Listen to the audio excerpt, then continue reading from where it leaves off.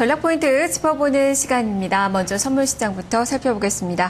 지금 선물 지수는 0.65포인트 정도 마이너스권의 움직임 나타나면서 지금 260선까지 내려앉은 그 모습이 나타나고 있습니다.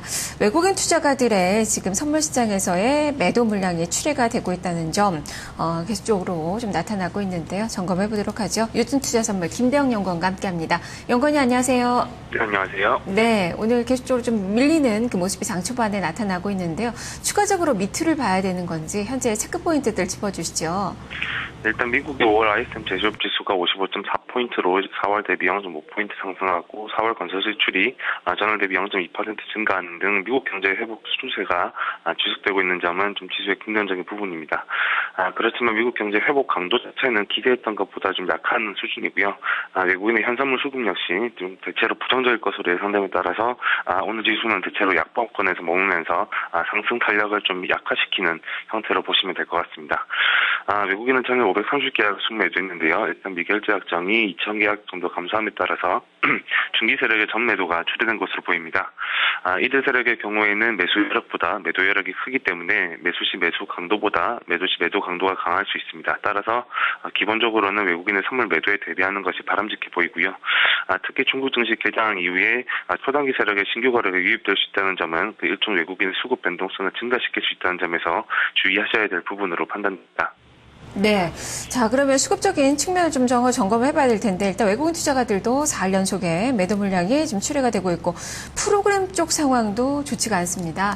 어제 매수분을 모두 지금 비차익에서 매도로 쏟아내고 있는 가운데, 지금 프로그램 쪽에서도 매도 물량이 강하게 나오고 있는데요. 이쪽은 어떻게 해석을 해봐야 될까요?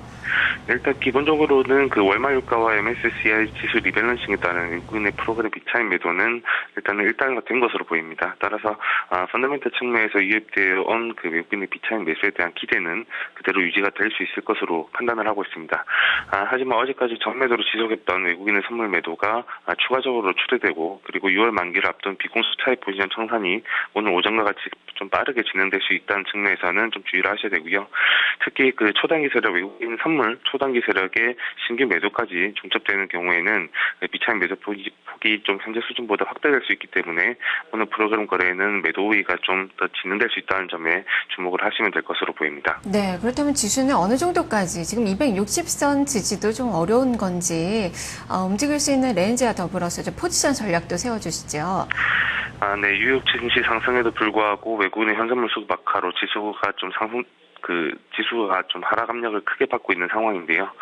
따라서 오늘 지수 선물은 260포인트와 262포인트에서 좀 상방 경직성을 나타낼 것으로 보입니다.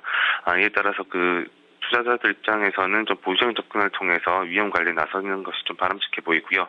260포인트 이하로 그 지수가 하락하는 경우에는 좀 중장기적인 시각에서는 저가 매수를 통해서 좀 어느 정도 기대 수익을 확보할 수 있을 것으로 판단을 하고 있습니다.